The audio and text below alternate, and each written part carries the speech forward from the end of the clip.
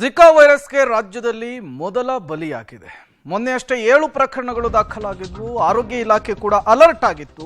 ಈ ಬೆನ್ನಲ್ಲೇ ಜಿಕಾ ವೈರಸ್ಗೆ ಮೊದಲ ಬಲಿಯಾಗಿದೆ ಅನ್ನುವಂತಹ ಮಾಹಿತಿ ಸಿಗ್ತಾ ಇದೆ. 73 ವರ್ಷದ ವ್ಯಕ್ತಿ ಜಿಕಾ ವೈರಸ್ಗೆ ಮೊದಲ ಬಲಿಯಾಗಿರುವಂಥದ್ದು.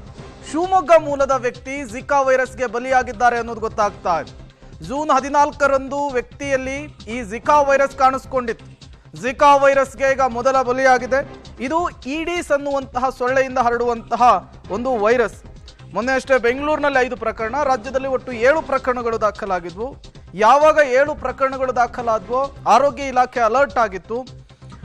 ಸಹಜವಾಗಿ ಒಂದಿಷ್ಟು ಕ್ರಮಗಳನ್ನು ಕೂಡ ತೆಗೆದುಕೊಳ್ಳುವುದಕ್ಕೆ ಮುಂದಾಗಿತ್ತು. ಈಗ ಜಿಕಾ ವೈರಸ್ಗೆ ಮೊದಲ ಬಲಿಯಾಗಿದೆ ಅನ್ನೋದು ಗೊತ್ತಾಗ್ತಾ ಇದೆ. ಈ ಜಿಕಾ ವೈರಸ್ ಒಮ್ಮೆ ಬಂದರೆ ಅದರ ಲಕ್ಷಣಗಳು ಕೂಡ ಗೊತ್ತಾಗಲ್ಲ. ತುಂಬ ಸೌಮ್ಯ ಸ್ವಭಾವದಲ್ಲಿರುತ್ತೆ.